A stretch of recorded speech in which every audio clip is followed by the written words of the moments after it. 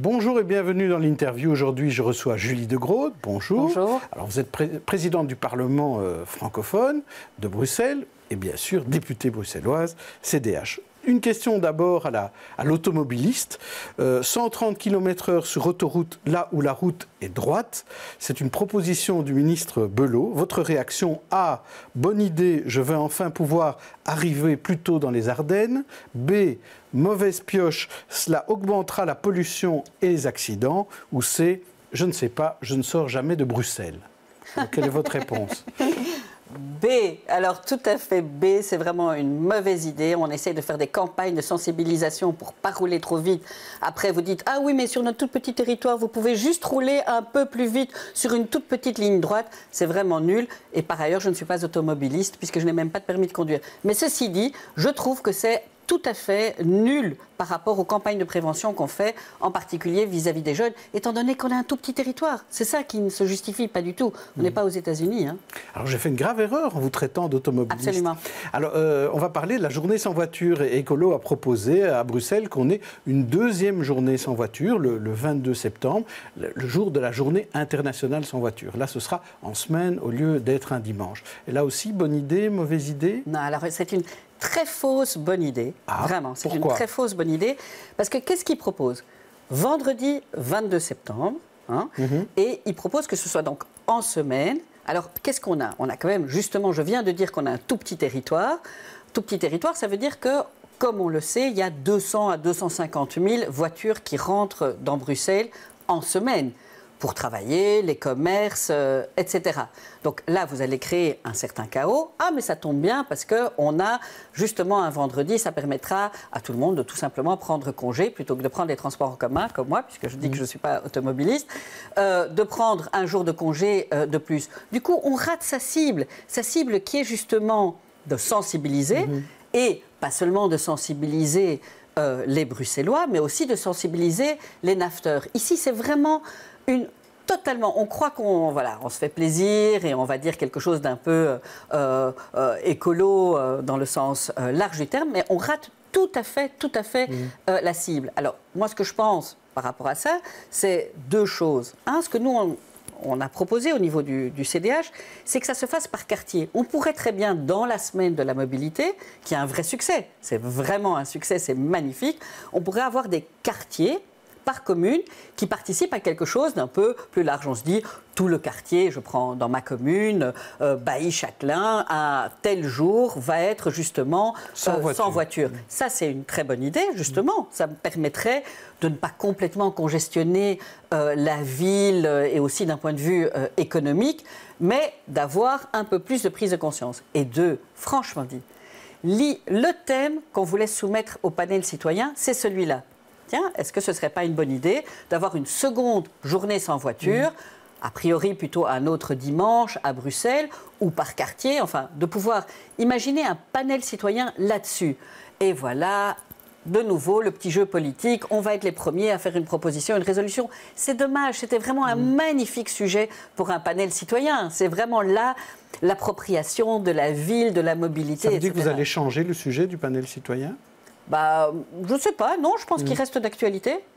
Alors on va parler de gouvernance, parce que panel citoyen, ça rentre un peu dans cette démarche de rendre le Parlement plus participatif. Mais en matière de gouvernance, ce qui est important, ce dont on parle beaucoup, c'est plutôt des élus.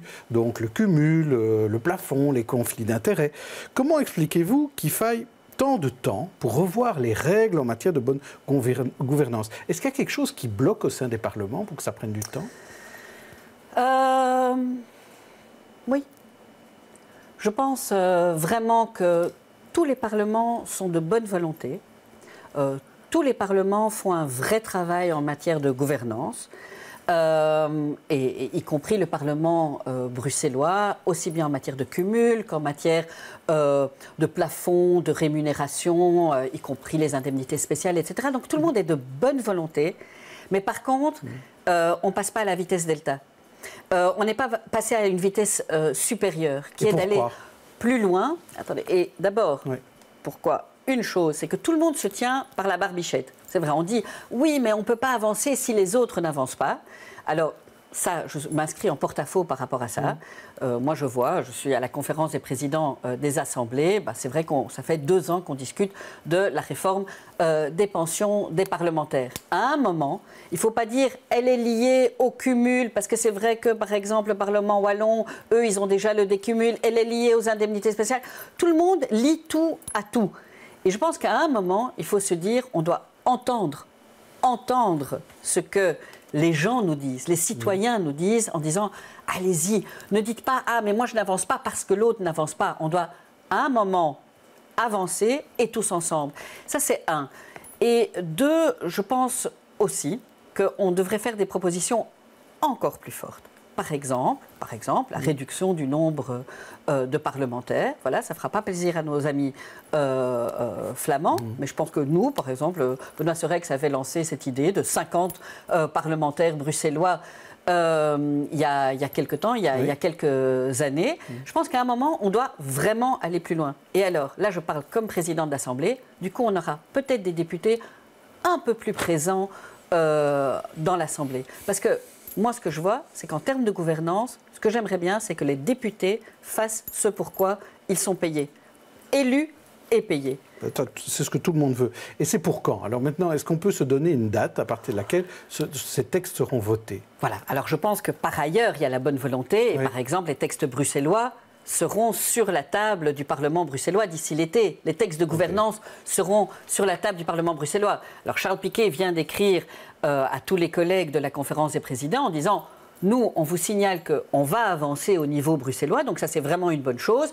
Par ailleurs, s'il vous plaît, tenez-nous au moins au courant de ce qu'on fait. Le manque de concertation, c'est vraiment quelque chose de terrible dans notre pays. Je disais tout à l'heure que ça prenait du temps et on a l'impression que parfois c'est plus rapide quand il s'agit de voter, par exemple, un conflit d'intérêts contre une mesure du gouvernement fédéral. C'est le cas des pensions des enseignants. Alors, en 48 heures, votre Parlement l'a voté. Là, c'est un record, c'est fantastique. Là, vous êtes rapide sur un conflit d'intérêts. Parce que justement, qu'est-ce qu'on demande? On demande de la concertation et du dialogue.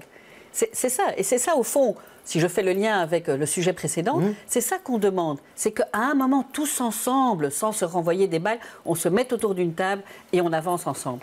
Et là, je vois bien ce que le fédéral est en train de dire. Le fédéral est en train de dire, pour qui est-ce que vous vous prenez la petite cocoff qui bloque la grande réforme des pensions des enseignants et la grande réforme des pensions du ministre Baclède?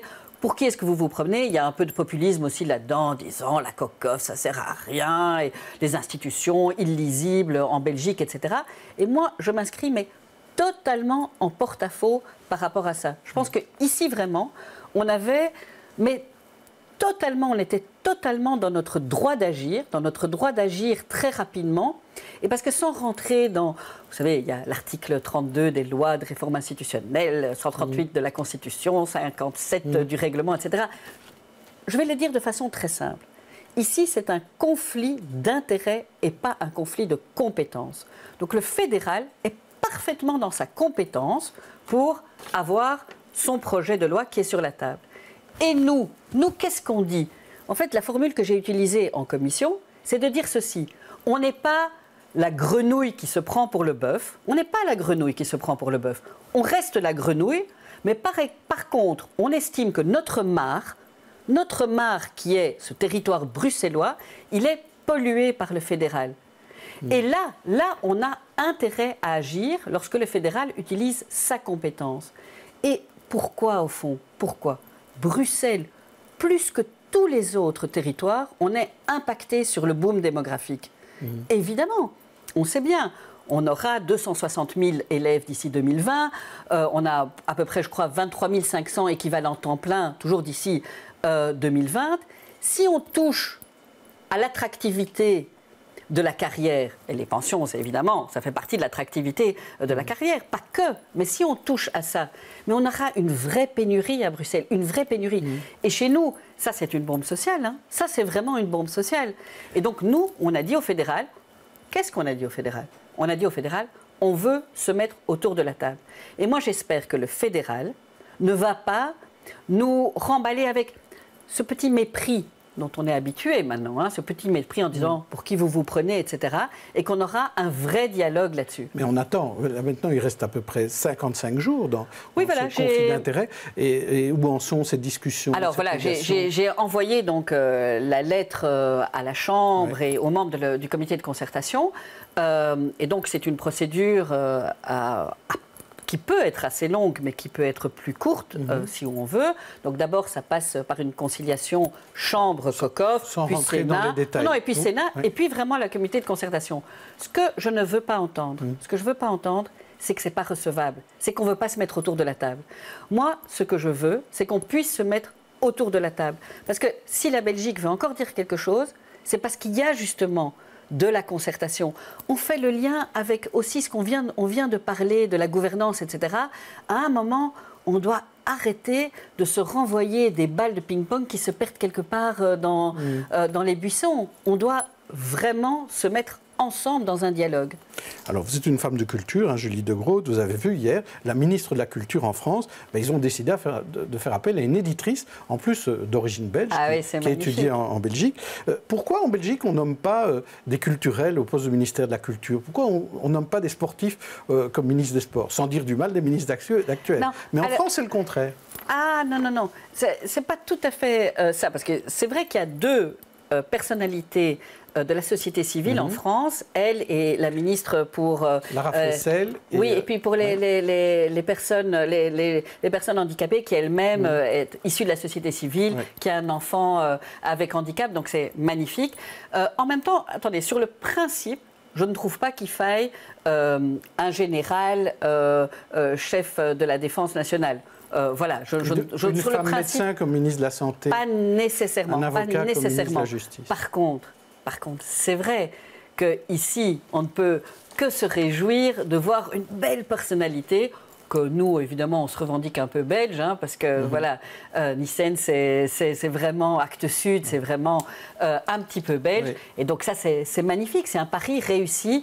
Et je trouve ça vraiment très, très beau. Merci Julie De Groot. Merci Julie De Groot. On se retrouve demain pour une autre interview. D'ici là, bonne journée et bonne soirée à tous. Merci.